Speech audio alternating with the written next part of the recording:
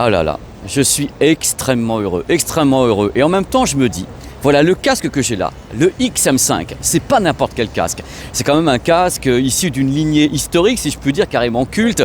XM2, XM3, XM4, je vais tout de même pas commencer la vidéo de façon normale, traditionnelle. Alors je me suis dit, qu'est-ce que je vais pouvoir faire dans cette vidéo pour vous faire kiffer à fond? Qu'est-ce que je vais pouvoir faire? Welcome to New York. Voilà, c'est reparti avec les transitions en milieu de phrases et tout. J'espère que vous allez bien. Donc, comme vous le voyez derrière moi, je suis à Times Square. Donc, la vidéo que vous apprêtez à regarder maintenant va vous faire voyager entre la France, entre New York et entre Barcelone. Et c'est parti. Dans quelques instants, je vais vous dire bonjour sur un pont. Allez. Bonjour et bienvenue sur ma chaîne YouTube PPWA pour le test d'un casque très attendu depuis 2 ans, la relève du Sony XM4. Voici donc sur mes oreilles le Sony XM5 qu'on appelle également Mark 5. Alors au menu de cette vidéo, vous allez d'abord avoir le descriptif complet de ce casque XM5. Qu'est-ce qu'ils ont fait dessus pendant 2 ans? Qu'est-ce qu'ils ont ajouté? Qu'est-ce qu'ils ont peut-être enlevé? Donc quelle est la différence entre le XM5 et le XM4? Tout va y passer, hein. Alors le casque, la légèreté, ce qu'il y a dedans, les codecs, l'application, je vais tout faire avec vous pas à pas. Après bien sûr il y aura les essais sur le terrain. Ce moment je suis baladé partout, donc il y aura avion, métro, il y aura la rue, il y aura ici à New York de tous les côtés. Donc l'expérience sur le terrain. Après dans l'expérience sur le terrain vous allez quand même avoir un truc... Dans les essais sur le terrain, il y a un truc de ouf, c'est que j'ai installé un système de captation audio 3D binaural dans le casque.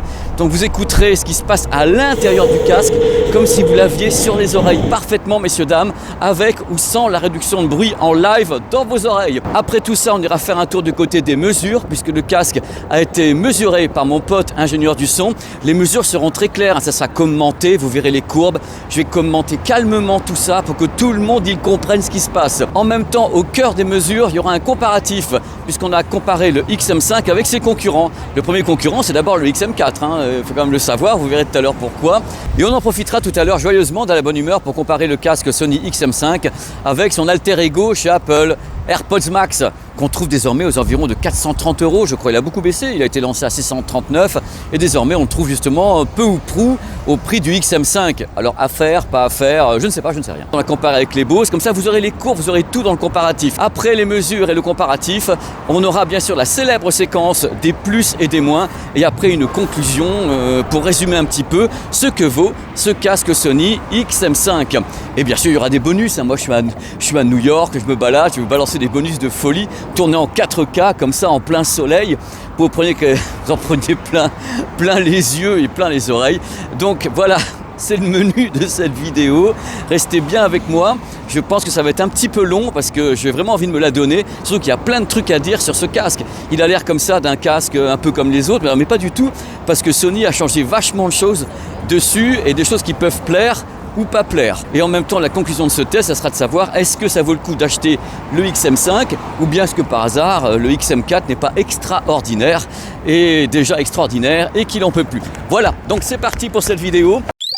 Central Park, quelle merveille. On va attaquer directement avec le design du produit. Si vous êtes déjà possesseur du XM3 ou du XM4, vous avez certainement remarqué qu'il y a un truc de différent. Mais c'est pas le même design. Et ils ont passé 2 ans à bosser, mais ils n'ont pas revu que ce qu'il y a dedans. Ils ont vu ce qu'il y a à l'extérieur. Regardez, le design est littéralement affiné. Il n'y a plus le gros arceau qui était ici. Vous savez, il y avait un gros arceau avant et qui était sympa. On reconnaissait comme ça les XM à distance. Regarde le gros arceau. Là, l'arceau est littéralement affiné.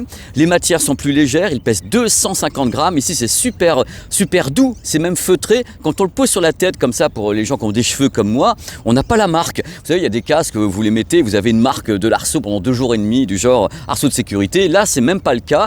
Donc, tout a été revu au niveau, justement, du design. Mais du coup, attention, parce qu'il y a un revers à la médaille. Le design a été revu, c'est affiné, l'arceau. Mais du coup, vous avez perdu un truc. Il ne se plie plus. Il ne se plie plus. Vous avez une boîte donc qui est vendu avec, un super, hein, pour le placer comme ça, mais la boîte est plus grande, mais du coup ça ne se plie pas. Autre truc à savoir, sur ces modèles, donc les XM3, XM4 et même les autres, il y a un capteur de port de tête. Il était là avant le capteur de port de tête, il était là où j'ai mon doigt à peu près, et on dit oh là là c'est quoi? C'est le capteur de port de tête. Et cette fois-ci ils l'ont mis à l'intérieur. Donc ça a été revu, déjà le design, le poids, la souplesse, le côté feutré, le fait qu'il ne se plie pas, ce que je regrette, hein. Ça sera dans les moindres tout à l'heure, hein. Il n'y a pas que ça aussi. Pour les gens qui ne connaîtraient pas les XM de Sony, ce sont des casques anti-bruit conçus par Sony Japon qui peuvent travailler en filaire ou bien en Bluetooth. Au choix. On va entrer un petit peu à l'intérieur du produit. Qu'est-ce qu'il y a dans ce casque?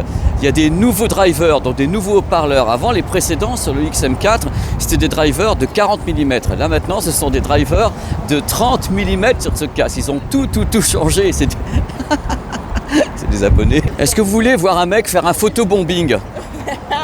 Comment ça va les petits abonnés? Eh ben super. Ça va? Alors le meilleur il est là. T'as 30 ans toi? Ouais, 30 ans. T'as 30 ans? Et tu regardes Popcorn? Oui, tout à fait. Et méchant, j'adore et Garcia. sur les drivers, on a également fait un travail sur les contours qui sont plus souples. Donc on va voir si c'est plus dynamique, s'il y a du graphe, s'il y a de l'aigu, si tout se passe bien. Alors avant d'arriver un petit peu au point du vase de Soissons, vous savez que j'aime bien, entre guillemets, des petites polémiques, parce que c'est un peu mon truc aussi. Alors le vase de Soissons est tout simple. Le Bluetooth à bord. Alors bien sûr, le produit est filaire, donc vous pouvez connecter un fil avec ou sans l'électronique à bord. Hein. Mais le Bluetooth, les codecs sont les suivants. SBC, AAC et le LDAC de Sony.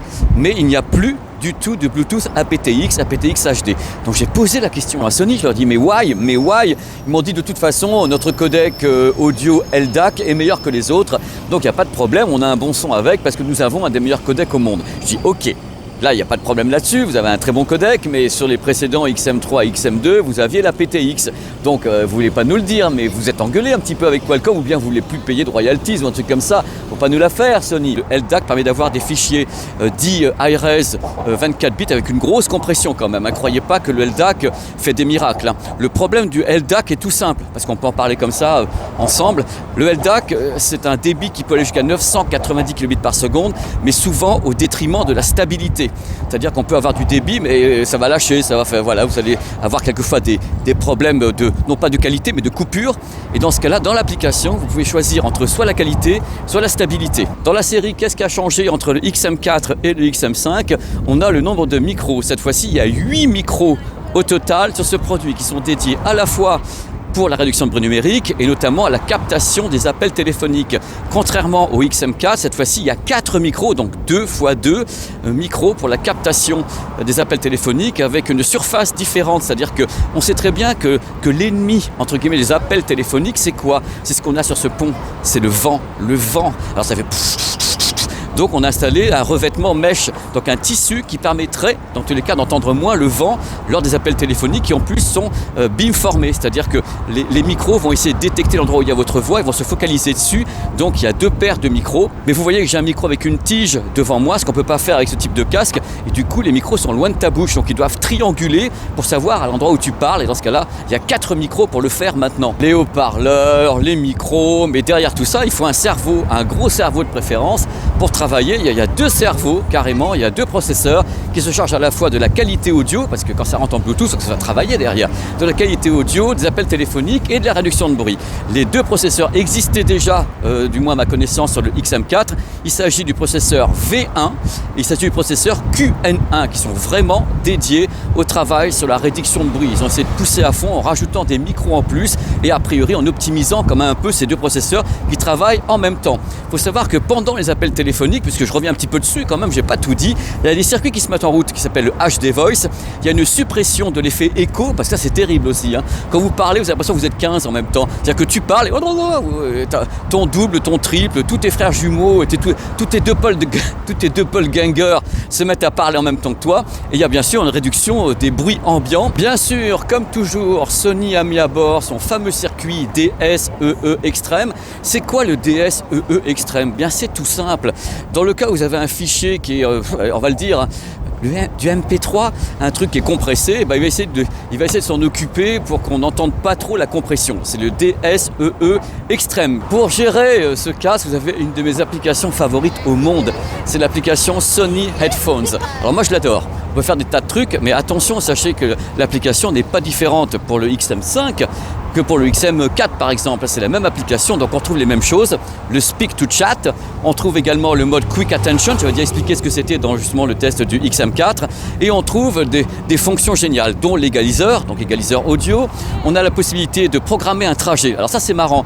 C'est-à-dire que tous les jours, si vous faites le trajet de A vers B, vous pouvez dire à ce moment-là au casque, bon, par rapport à Google, j'ai décidé que à A, tu mettais la réduction de bruit numérique, à tel endroit, tu l'enlevais. Donc tous les jours, si vous faites le même trajet, l'application va savoir où vous êtes avec Google et activer ou pas la réduction de bruit numérique. C'est un trajet qui est en mémoire, un trajet de travail justement pour le casque. C'est gadget ou pas, mais moi je trouve ça, comme je suis un mec qui aime la tech, ça me fait beaucoup rire. On a également la possibilité de gérer la réduction de bruit numérique avec divers modes. Vous voyez à l'écran, moi je trouve ça vachement bien foutu.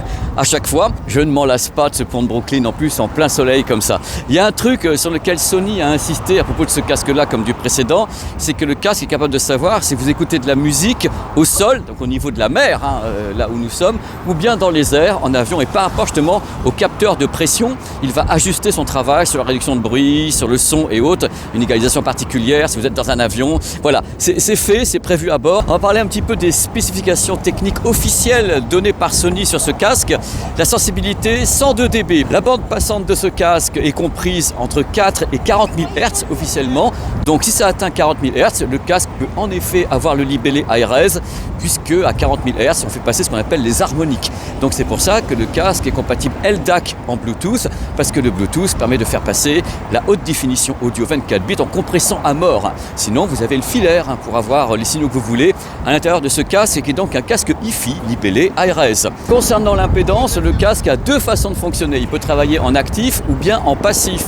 Alors en actif, le casque a 48 ohms d'impédance et en passif, le casque a 16 ohms d'impédance. Les surfaces tactiles ont été également améliorées. Il y a les surfaces tactiles également des boutons poussoirs. Il y a les deux. Comme ça, vous n'êtes pas obligé de... vous avez également des boutons poussoirs pour l'allumer, pour l'éteindre, ainsi que pour activer le mode transparent ou bien activer la réduction de bruit numérique. S'il n'y a pas de son dans le casque, du moment que l'électronique est activée, vous pouvez activer la réduction de bruit numérique, même à vide, si je puis dire. Donc c'est important parce qu'il y a beaucoup de gens qui se demandent si il faut que le casque ait de la musique pour que ça soit activé. Non, là, vous voyez, j'ai la réduction de bruit numérique, mais j'ai pas de musique à l'intérieur. J'ai juste activé pour pas entendre le bruit, le vent, les gens qui parlent. Parmi les choses pratiques, il y a Google Fast Pair. Donc en effet, c'est extrêmement simple d'appairer le casque. Il y a une sorte de fenêtre pop-up qui s'affiche sur Android, qui va d'appairer le casque à toute vitesse. C'est un peu le système Apple, voire totalement. Oui, tout à fait. On va en arriver un peu à l'autonomie de la bestiole. Il n'y a pas beaucoup de progrès sur l'autonomie. La batterie à bord est 1200 mAh. Il faut savoir qu'avec la réduction de bruit numérique, c'est 30 heures d'autonomie, ce qui est vachement bien. C'est une moyenne très haute quand même. Et sans la réduction de bruit numérique, c'est 40 heures d'autonomie sur le XM5. Donc, comme vous remarquez, il y a quand même des trucs qui ont changé entre le XM5 et le XM4. De là à savoir si c'est vraiment révolutionnaire, là, il faudra voir tout à l'heure justement avec les écoutes, avec les essais, avec l'ingénieur du son et les mesures qu'il va faire, parce que là, les chiffres ne tromperont pas, puisqu'on compare pile poil le 4 et le 5 avec les mêmes protocoles de mesure, et on voit si ça avance, si ça recule, et... Moi, j'étais sûr. Je peux pas me sortir d'un truc pareil. Allez, à bientôt. Hop. Alors là, vous devez vous dire, mais qu'est-ce qui fait l'autre son pont là-bas vive les travaux pratiques, vive les essais sur le terrain. Eh bien, ça tombe bien. Bienvenue dans la séquence des essais sur le terrain. De A à Z, vous allez voir, vous allez passer un moment délicieux. On va le faire en deux parties. Première partie, la qualité audio pure. Qu'est-ce que vaut ce casque quand on le met sur les oreilles? Le son est comment? Comparé notamment au XM3, au XM4, au modèle Apple, au modèle Bose. On va faire un petit comme ça, gloubi-boulga du bonheur. Et après, il y aura justement le test en réduction de bruit numérique avec des essais sur le terrain en binaural de tous les casques. Vous allez pouvoir comparer comme ça. Vous allez voir, les onomatopées vont être nombreuses. Donc, sachez en plus que ce test est conçu à quatre mains. Il y a une autre personne, un ingénieur du son formidable, qui teste le produit également avec des mesures de tous les côtés. Vous allez voir les mesures apparaître dans peu de temps. Elles sont commentées par lui et en plus, je vais commenter de mon côté pour que ça soit le plus accessible possible. C'est une vidéo du dimanche, pas de prise de tête. Alors la première question que vous devez vous poser, parce que c'est ce que je me suis dit quand j'ai vu arriver du ciel, parce que je ne savais même pas qu'il allait se pointer ce casque, quand j'ai vu arriver le XM5, je me suis dit, est-ce que par hasard, c'est vraiment le fier descendant du XM4 côté justement audio? Est-ce que c'est la même signature audio? Est-ce qu'ils ont fait un truc différent? Alors d'abord, le premier truc qu'il faut savoir, et je vous l'ai dit tout à l'heure, ce ne sont pas les mêmes drivers, c'est-à-dire que ce ne sont pas les mêmes haut-parleurs, pas les mêmes transducteurs. Là, vous avez des transducteurs de 40 mm. Là, ils ont conçu des transducteurs de 30 mm. Donc, tout est plus léger, la structure, le casque en global est beaucoup plus léger. Ce qui est un peu fou d'ailleurs, parce que je ne m'attendais pas à ça. Je vais être très clair avec vous, très franc comme toujours. En général, les petits drivers, donc en dessous de 40 mm, c'est pour les modèles qui sont un peu début de gamme. Et quand on grossit le casque, on grossit le driver, on arrive sur des trucs de 40, 50 mm, et là, hop, réduction de tête, et un produit qui fait 250 grammes uniquement. Alors, est-ce que le fait que les haut-parleurs soient plus petits, ça signifie que le casque, par exemple, n'a pas de grave? Eh ben, c'est tout le contraire. C'est là où est la magie de l'acoustique. C'est là que les gars, ils ont dû, oh là là, faire bouillir leur cervelle. Parce qu'en effet, une des caractéristiques premières du XM5, je vais vous le faire avec les mains, vous allez voir. Allez, on y va, il y a du grave. Il y a du grave sur ce casque. C'est même assez étonnant. Vous voyez la courbe actuellement à l'écran. Il y a une bosse. Ils aiment ça, le grave. Mais attention, je tiens à rafraîchir la mémoire de tout le monde. Le XM3 avait beaucoup de grave. Le XM4 aussi a du grave. C'est pas une nouveauté de dire « Ah bah il y a du grave !» Non, il y a du grave parce que les autres en avaient beaucoup. Alors à propos de grave, je vous fais gentiment parce que Apple AirPods Max dans son soutif, là, il y a du grave dessus. Dans justement l'algorithme qui travaille le son, il met beaucoup de grave de tous les côtés, ils adorent ça. À la limite, les plus légers, ce sont les Bose, QC35, QC45, qui eux ne bourrent pas sur le grave.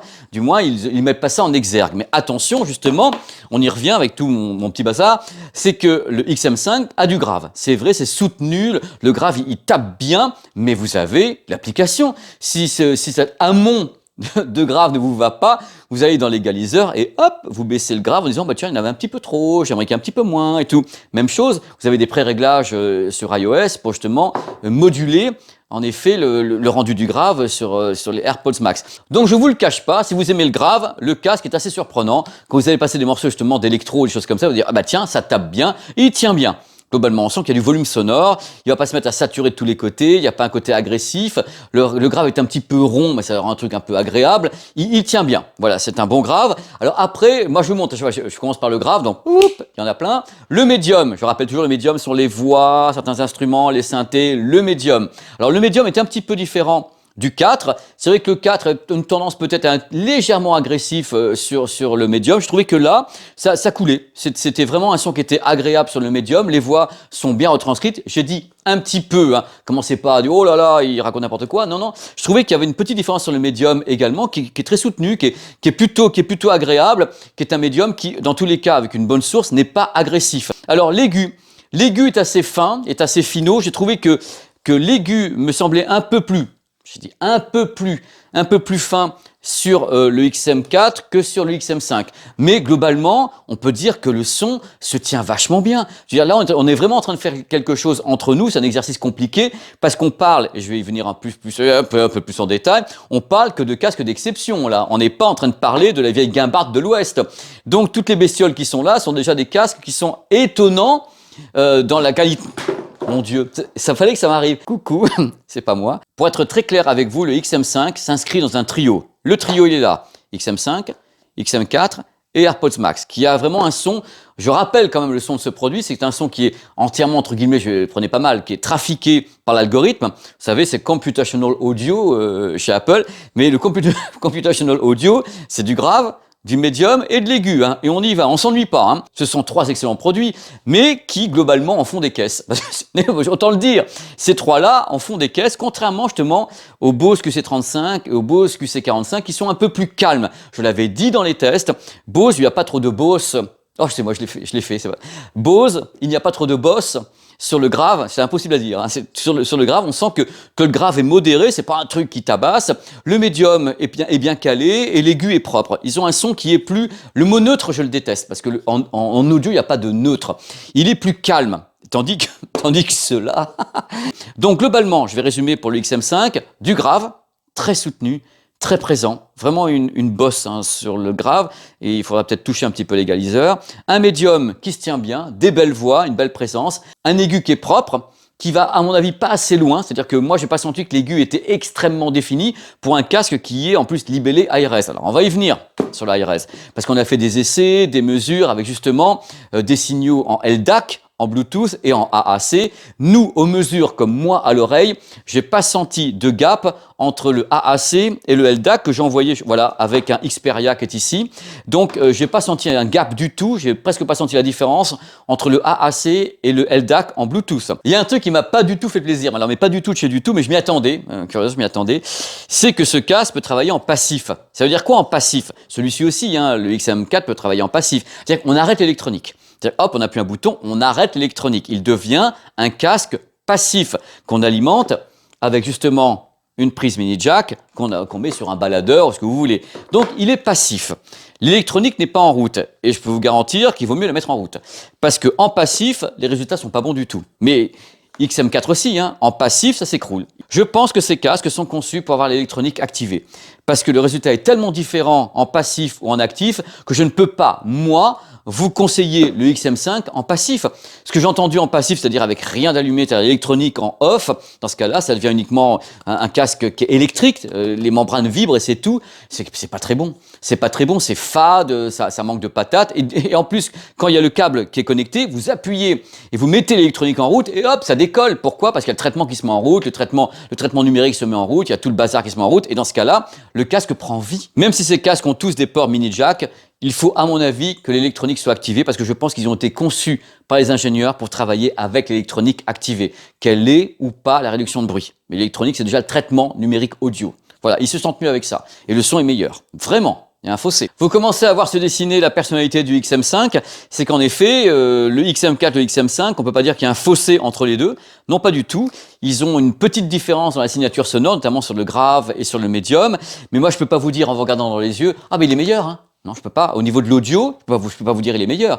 Je vous dis, il est un petit peu différent, mais il n'y a pas un bond en disant, oh là là, ça y est, ils ont fait un truc pas possible chez Sony, ils ont pété les scores et tout au niveau de la qualité audio. Non, les deux cas sont excellents, avec cette particularité d'en faire des caisses sur le grave, de balancer tout, et celui-ci qui est un petit peu plus finot à mon avis, le 4 sur l'aigu pour des signaux qui seraient plus pointus. Justement, et celui-ci fait le boulot et de loin, quoi. De loin. C'est un casque agréable, il n'est pas agressif. C'est ça qui est important, c'est que, je vous répète les choses, un casque qui a un son agressif, avec des bonnes sources, j'entends, hein, pas des trucs qui sont moisis, là, je pars en courant. Et là, je suis pas parti en courant, c'est un casque qui est agréable à écouter et qui est dynamique. Ça bastonne derrière. Donc voilà, maintenant on va passer à la réduction de bruit numérique. Alors comme vous le savez, vous l'avez vu dans la vidéo, cette fois-ci, Sony a doublé la mise. Ils se sont dit, ouais, bon, c'est sympa, tout va bien. Sur le 4, il y avait 4 micros, là il y en a 8. Donc on y va franco, hein, il y a 8 micros. Est-ce que l'apport des 8 micros a creusé l'écart avec le XM4? Ben, je vais vous résumer les choses d'une façon assez claire. Actuellement, le XM5 est le casque qui a la meilleure réduction de bruit numérique signé Sony. Est-ce qu'il y a un fossé gigantesque entre le 4 et le 5? La réponse est non. Alors, le truc, je vous ai déjà expliqué dans les vidéos que le plus compliqué pour un casque audio qui a une réduction de bruit numérique, c'est de parvenir à réduire le bruit sur la plupart des fréquences, c'est-à-dire le grave, le médium, l'aigu. C'est très très compliqué. Il y a des casques qui réduisent bien les graves, mais l'aigu passe, par exemple, et il y a des casques qui réduisent pas bien tout. Alors là, le champion toute catégorie qu'on avait, c'était l'Apple AirPods Max. C'est celui qui, aux mesures et à l'écoute, avait la meilleure réduction de bruit numérique, toute fréquence, c'est-à-dire le grave, le médium et l'aigu, avec le QC45 étalon derrière, ainsi que le XM4. Et bien cette fois-ci, regardez, je vais vous le faire avec les mains, hein. Coucou. Et maintenant, je vais vous schématiser les choses. Sony le mot est pas beau, hein, a rattrapé complètement les AirPods Max, c'est-à-dire que Sony propose maintenant une réduction de bruit qui est parfaitement équivalente à ce qu'on peut trouver sur les AirPods Max, qui restait pour moi la référence, hein, ce produit. Donc là, ils ont juste monté la barre un chouïa pour en effet avoir une des meilleures réductions de bruit du marché, à égalité avec, à mon avis, les AirPods Max et le Bose QC45 qui est un excellent produit. Donc le XM4 est excellent. Il est excellent. Là, on est en train de vraiment essayer d'attraper les décibels en l'air, hein. Mais il y a des mesures, il y a les oreilles sur le terrain. Je peux vous dire, on va écouter tout à l'heure ensemble, justement, dans le métro et à New York. Il y a des moments, c'est le silence complet, hein. C'est silence et dehors. C'est assez flippant. Vous allez voir tout à l'heure des séquences assez impressionnantes concernant le XM5, où j'étais obligé de désactiver complètement tous les circuits parce que j'avais peur dans la rue à Times Square, parce que j'entendais plus le bruit des camions ni quoi que ce soit. Je dis, voilà, ça devient dangereux. Ça devient dangereux parce que j'entendais plus rien. Donc, on est avec une réduction de bruit d'exception. Avec le XM5, vraiment, toutes fréquences, et même les fréquences qui étaient discutables à 300 Hz ou 1 kHz, qui avaient du mal à être réduites par le XM4, cette fois-ci, lui s'en sort. Donc il y a ce petit surplus, ce supplément d'âme, qui fait que là, on a quand même 2 Cador de chez Cador, quoi. Stop, regardez comme c'est léger, c'est génial. Hein. Faut que je vous parle d'un truc. Là, vous dites, mais qu'est-ce qui va nous sortir l'autre? Bah oui, je vais vous sortir un truc concernant la réduction de bruit numérique. Alors, ce produit m'a fait un petit truc de bizarre. Mais bizarre, c'est pas, oh là là, mon Dieu, c'est horrible, je vais pas l'acheter, ça n'a rien à voir. Je vais vous expliquer comment ça fonctionne. Vous mettez un casque anti-bruit. Oh là là là, c'est génial. Vous activez l'anti-bruit, qu'est-ce qu'il va faire le casque? Il va commencer à calculer, il va mettre ses micros en route. Voilà, il va dire, oh là là, il y a du son de partout, il y a du son qui est fort, qui est pas fort, ici ou là. Il va commencer à travailler. Le processeur les processeurs, il y en a 2, vont commencer à bosser pour travailler justement la réduction de bruit numérique. Et là, dans le cas présent, avec ce modèle, vous allez voir à l'écran quelque chose qui va apparaître, il y a un point de convergence. Le point de convergence, c'est ce moment de calcul. C'est-à-dire que le produit va commencer à activer tous les micros et à calculer quelle va être la meilleure réduction de bruit numérique pour Pépé Garcia et tous ses abonnés. Et en moment, le calcul, tu l'entends un peu quelquefois. C'est-à-dire que tu sens qu'il fait des essais. Alors il est là, tu sens pendant, de 5 à 10 secondes, tu sens que bon, le son, il a l'impression qu'il monte, qu'il descend, qu'il y a un peu plus de grave ou autre. C'est le calcul, c'est le point de convergence. Et là, on l'entend un petit peu sur ce modèle. J'ai fait une mise à jour donc le 27 mai, donc ça n'a rien changé. On l'entend un petit peu, c'est pas horrible, hein, mais sur le 4, j'entendais pas ou moins. Et là, justement, l'ingénieur du son l'a bien pointé le truc, ce point de convergence, ce point de calcul. En fin de compte, il calcule, parce qu'il y a beaucoup de modes automatiques. Ce casque est capable de savoir si vous avancez, si vous êtes en avion, si vous courez, si vous êtes en voiture. Donc, il y a des calculs permanents. Et tant qu'il n'a pas fini son calcul, il ajuste la réduction de bruit numérique avec ce point de convergence qu'on entend quelquefois un peu. Donc, pas de surprise.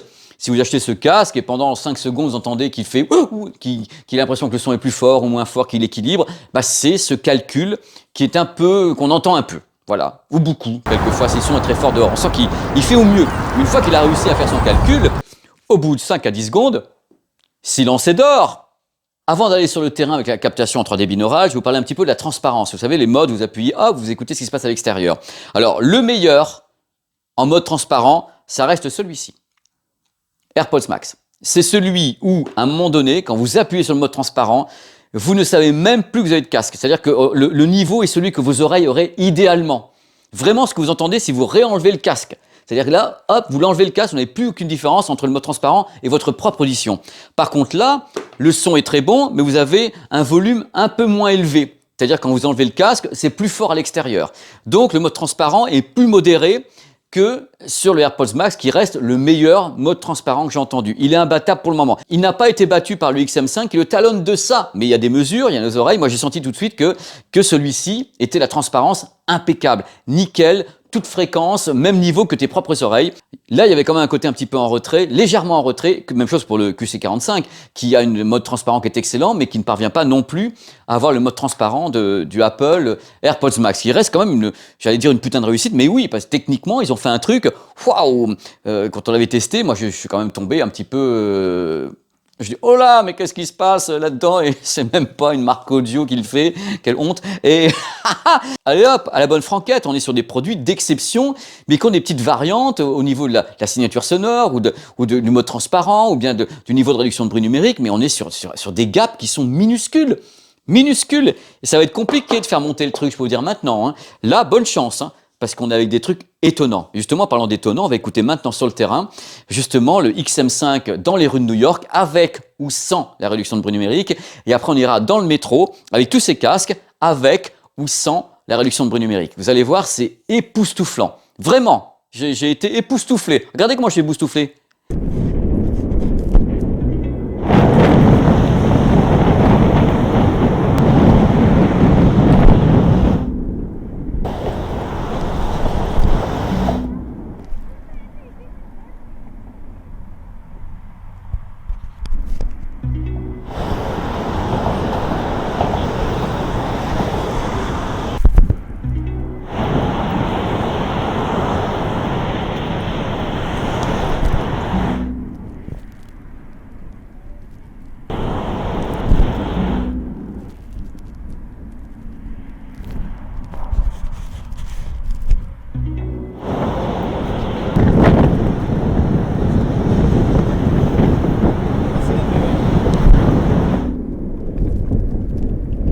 le vent, ça c'est compliqué le vent.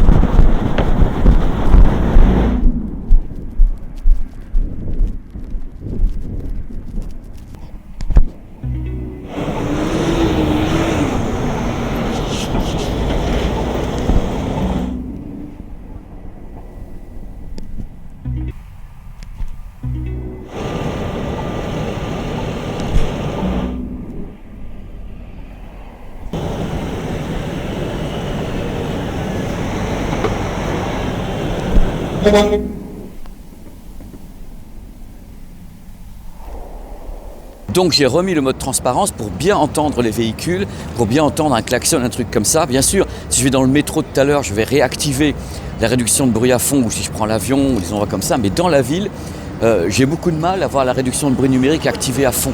Beaucoup de mal. Là je suis à l'arrêt, je vais voir. Voilà, j'entends vraiment plus rien. Ça vous donne une idée de l'efficacité de la chose, messieurs, dames. Mais j'entends vraiment plus rien. Et ça me stresse. Donc hop, je vais la remettre. Voilà, là j'entends ma voix, les voitures. Et je me sens mieux, je me sens un peu plus protégé en entendant ce qui se passe. Voilà, là je sais que j'entends les sirènes de pompiers, j'entends tout. La vie, la vida.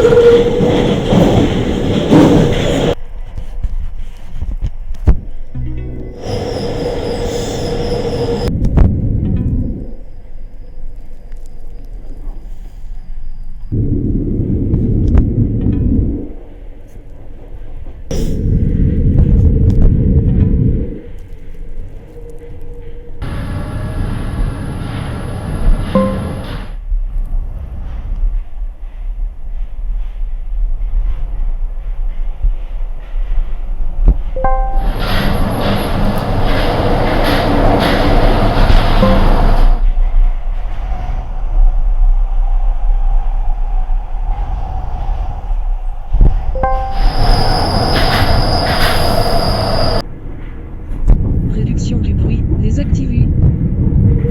Élevé. Connexion up, explorer AI. Désactivé. Élevé. Connexion up. Noise cancelling.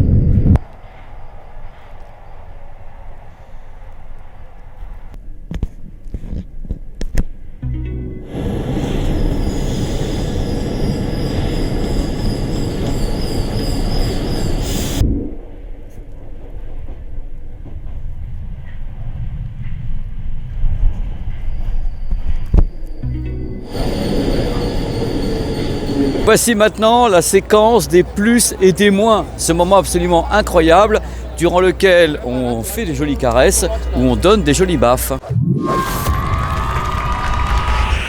La meilleure réduction de bruit chez Sony à ce jour.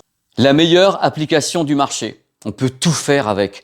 Vraiment, légalisation, gérer des tas de modes. L'application Sony Headphones est étonnante. Pour les amoureux, un gros grave qui tabasse vraiment. Trop. Un rendu du médium agréable. Une très belle scène sonore. Le design est affiné. Le produit est extrêmement confortable et allégé. Vraiment, c'est étonnant quand on le prend. Un arceau qui n'agresse pas le cuir chevelu. Enfin, le cuir. Pas ou peu de bruit de structure. Quand on court avec, on n'a pas de bruit de structure. Ou très peu. 250 grammes. Une prouesse quand même, hein. 250 grammes le produit. Et il y a beaucoup de matériaux recyclés qui viennent du monde de l'automobile qui sont dessus. Voilà, recyclage. L'emballage a été entièrement conçu à partir de matériaux recyclés.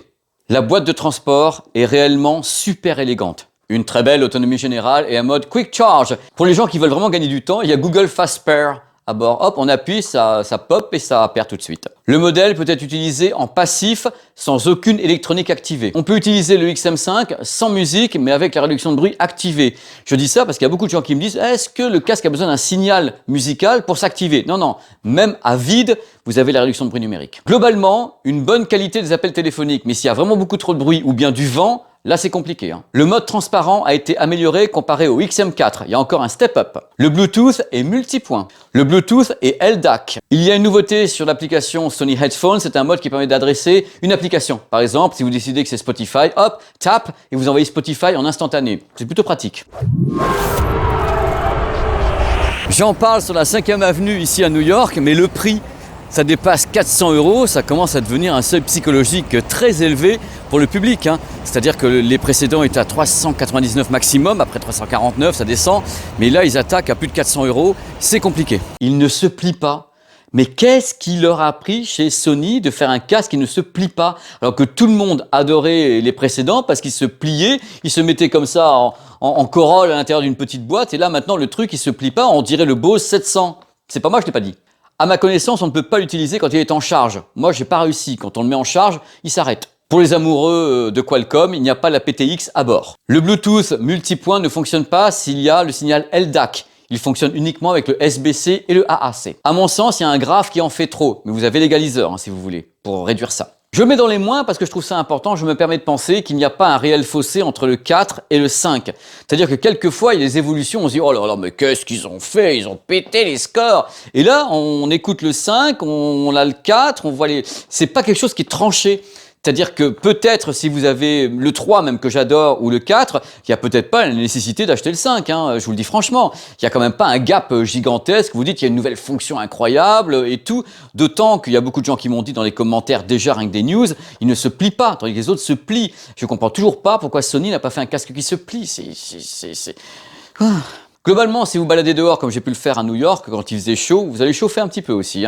Vous allez chauffer de l'oreille. À ma connaissance, il n'est pas forcément conçu pour résister à la pluie. Il n'est pas IP quelque chose, donc il faudra quand même essayer de le protéger de la pluie. Les précédents aussi, ne sont pas des casques qui sont destinés à être utilisés pendant que ça tombe de tous les côtés dans ma Normandie natale. Pas de connexion possible du casque, en audio j'entends, au travers du port USB type C. Si vous connectez le casque à un PC, le PC ne va pas le reconnaître comme une carte de son externe, ça sera uniquement pour le recharger. C'est toujours un peu dommage parce que je sais qu'il y a beaucoup de gens qui aiment bien justement les casques de type gaming, comme ça, vous connectez directement au PC, vous avez le son, vous avez le micro, vous avez tout dedans, mais ce casque n'est donc pas fait pour ça. Du moins, j'ai pas réussi à le faire fonctionner comme ça. Si vous y arrivez, tant mieux, messieurs, dames. Bon, je sais, je suis un petit peu en pilou-pilou, mais il est 3h du matin, donc je continue mon travail, j'adore bosser la nuit, et arrive maintenant un moment où vous avez eu, en effet, plein de clés de réflexion dans cette vidéo. Parce que mon idée, c'est vous donner des clés de réflexion. C'est-à-dire qu'en effet, vous avez les démonstrations, vous avez les mesures de l'ingénieur du son, mes propos, mais au final, est-ce qu'il faut, oui ou non, craquer pour le XM5, surtout si on possède déjà le XM3, le XM4. Alors déjà, quand je l'ai vu arriver pour la première fois, j'ai commencé à faire ça. Je me dis, mais attention, c'est pas le même. C'est-à-dire là, il se plie pas, il est très différent. On a fait un truc radicalement différent. Après, j'ai appris qu'il y avait en plus des nouveaux drivers, de nouveaux haut-parleurs à l'intérieur. Je pense que c'est carrément une cassure dans la lignée. C'est-à-dire qu'ils auraient pu continuer à faire un XM5 avec en effet le même concept et autres. Là, ils ont dit, on va prendre un pari sur l'avenir avec un produit qui est plus léger, avec des matériaux recyclés, des choses comme ça, des nouveaux drivers. Bon, les puces de fonctionnement sont les mêmes que sur celui-ci, mais on sent qu'il y a une direction différente qui a été prise. Au niveau du son également, je dis qu'il y avait des choses qui étaient différentes. Je trouvais celui-ci un peu plus pointu en hi-fi, celui-ci un petit peu moins avec plus de graves et autres. On sent qu'il y a des différences. Moi, personnellement, j'aime beaucoup le XM4. Je suis un amoureux de ce produit, j'étais un amoureux du XM2. Personnellement, le XM5, je suis content de l'avoir testé. Je trouve que c'est un produit qui est passionnant. C'est passionnant de vous en parler. C'est passionnant d'aller au fond du produit. Mais je reste assez fidèle au XM4 because je peux le plier déjà, j'ai une petite boîte et autres, et j'aime le son du XM4 dans le sens où, comme je vous ai dit, il me paraît un peu plus pointu sur le côté hi-fi, c'est-à-dire dans l'aigu et autres. Par contre, je me suis permis de regarder un petit peu quelque part Internet aux États-Unis et autres, où il passe, oui, c'est un produit qui est quelque part une régression et autres. Non, je pense pas que ce soit du tout une régression de la part de Sony, c'est un produit qui est différent, qui donne une autre direction dans la lignée des XM. Alors, on aime ou on n'aime pas. Moi, je vous avoue que je suis très attaché au XM4, mais je peux pas vous dire que je sois parti en courant en ayant écouté le XM5. C'est pas ça le truc. Surtout que la réduction de bruit du 5 est meilleure que celle du 4, mais attention, avec un gap, ouais, bon, il est tout petit le gap, mais on sent que hop, ça y est, on a pris un step up. Au niveau des appels téléphoniques, c'est également un peu meilleur sur celui-ci que sur celui-là. Donc on sent qu'il y a des choses différentes, mais il y a des choses qui sont également, ça se plie pas, il y a des trucs qui sont un peu différents. Moi je reste attaché au 4, mais je ne vais pas dire que c'est une régression. C'est un produit qui prend une autre direction dans une lignée. Alors à vous de voir, à vous de me dire maintenant ce que vous en pensez. Est-ce que vous êtes déçu, pas déçu? Moi j'ai été déçu sur certains points, mais après tout, moi je suis déçu sur certains points de tous les produits. Je suis un mec hyper difficile en plus. Est-ce que vous attendiez en effet à quelque chose qui était plus éloigné, c'est-à-dire un gap technique qui était plus éloigné? Moi je pense pas qu'on puisse aller beaucoup plus loin. On est sur des plafonds de verre, que ce soit en effet Sony ou Bose ou même Apple. On est sur des trucs qui sont déjà très high, très haut déjà en performance et en qualité audio, ou alors on va vers des produits qui vont coûter 600, 700 ou 800 euros avec des drivers différents et autres, et là on va dans une autre catégorie de produits. Mais on est déjà sur quelque chose qui me fait kiffer parce que ils sont proches tout en étant éloignés. Donc c'est vraiment, c'est pas des frères ennemis, on sent qu'il y a, toi peut-être, regardez ce que je fais, une autre direction, a new beginning. Alors à vous de me dire. Moi, je vous rappelle quand même que personnellement, je garde celui-ci. Celui-ci me plaît beaucoup, mais je garde mon XM4. Voilà, c'est dit, c'est fait. Mais la réduction de bruit, celui-ci, j'aime bien quand même. Vous voyez, on est tous torturés, c'est fait pour. Le business est fait pour, ça fait qu'on a toujours des produits, on dit « Ah, j'aime bien aussi ». On n'y arrive jamais. Allez, dans tous les cas, voilà, on va faire la conclusion maintenant à Central Park parce que là, il doit être 3h30 du matin et il est temps que je finisse la vidéo, non, vous croyez pas? Voilà, c'est avec cette vue extraordinaire de Central Park que je vous dis bye bye. C'est la fin de cette vidéo, j'espère que ça vous a plu.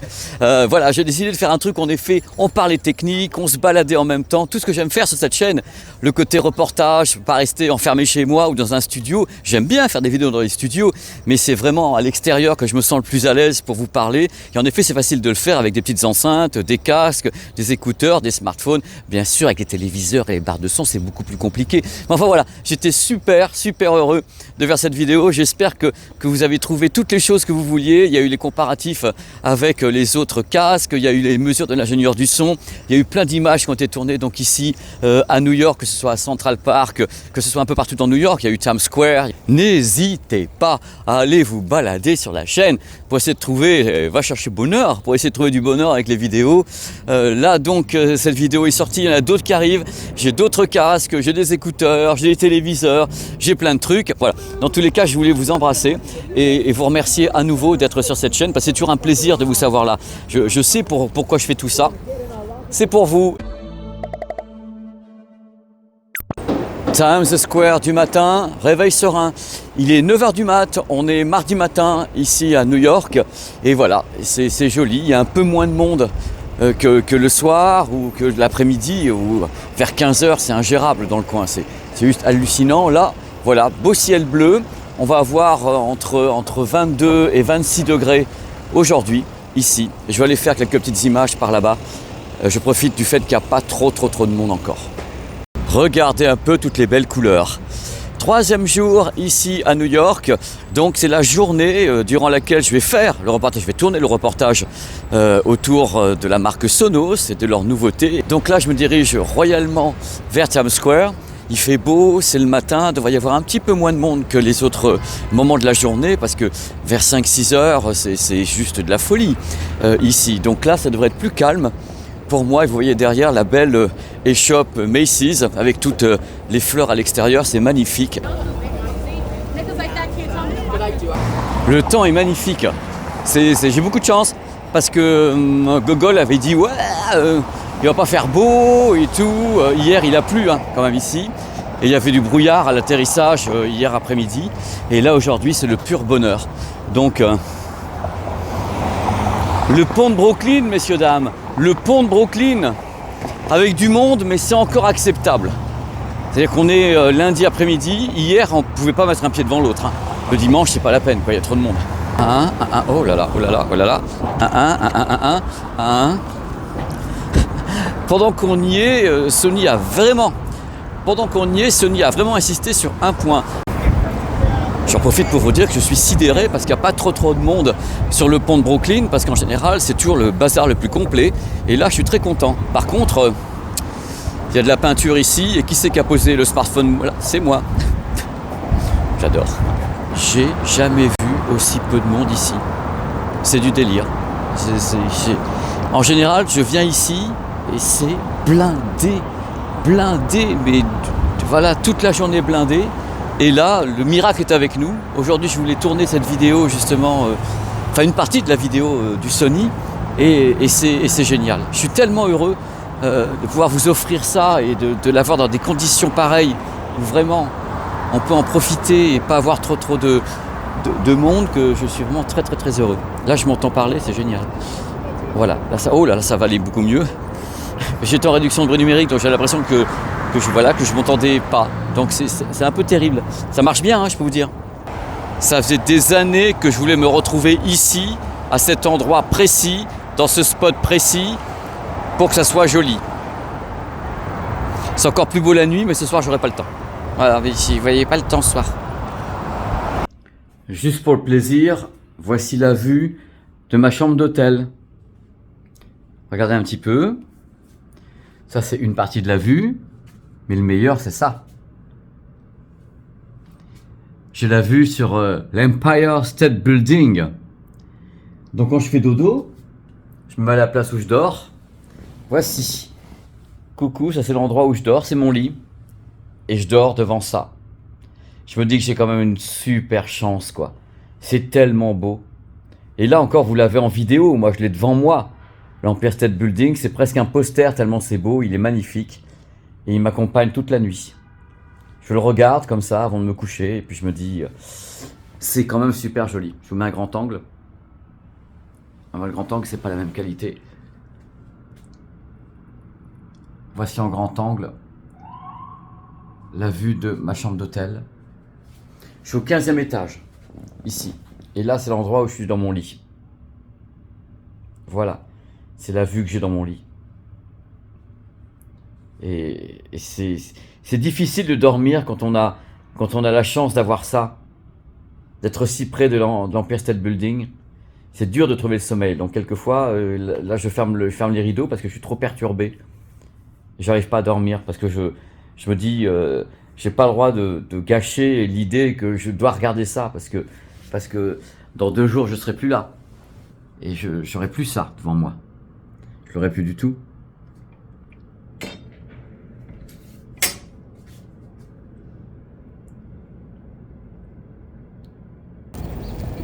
C'est mon pote. Depuis tout à l'heure, je lui file à bouffer, donc fatalement. Mais comme c'est beau, je suis fondu au paysage. Je voulais vous dire un truc également, j'entends beaucoup dans les commentaires, je lis dans les commentaires que quelquefois vous trouvez que certains tests arrivent un peu tard par rapport à des confrères qui, c'est vrai, sont plus rapides que moi, les petits loulous d'amour. Mais je me dis, quand on me prête un produit, on me donne toujours une date à laquelle je peux faire paraître une vidéo. Et je vous donne un exemple, ça peut être le 19 juin. Bien moi, je ne me cale pas au 19 juin. Je me dis, la vidéo sera en ligne quand je l'aurai terminée, que je serai en paix avec, que j'aurai monté les choses comme je l'entends et que j'aurai essayé de faire au mieux. Parce que si je commence à me mettre des trucs du genre, tel produit, je pourrais mettre la vidéo le 28, l'autre le 29, le machin, je m'en sors pas. Je me dis que il faut aussi pouvoir avoir le temps de respirer entre telle ou telle vidéo. J'ai envie de faire des tests, après j'ai envie de faire des reportages. Il faut que je puisse respirer à l'intérieur même de la chaîne YouTube et des médias. Donc en effet, il peut y avoir un peu de retard comme ça. Oula, il peut y avoir un peu de retard à vos yeux. Mais à mes yeux, à moi, c'est plutôt l'histoire de se dire j'ai envie de prendre le temps pour faire certaines vidéos, j'ai envie de travailler à fond et il y a des vidéos qui demandent beaucoup de travail parce qu'il y a des allers-retours de produits entre par exemple Sylvain et moi, il y a des allers-retours de produits entre les casques et mon pote ingénieur du son. Donc c'est vraiment un travail d'équipe sur certaines vidéos, donc ça demande une organisation logistique absolument incroyable, messieurs dames, qui fait que quelquefois les produits, vous avez le produit 3 semaines après d'autres confrères qui sont plus rapides que moi. Bon, c'est joli quand même. Bon, j'aurais préféré qu'il y ait vraiment beaucoup de soleil aujourd'hui, mais vous avez quand même une très belle vue sur Central Park, qui est toujours très dégagée. Donc c'est absolument délicieux.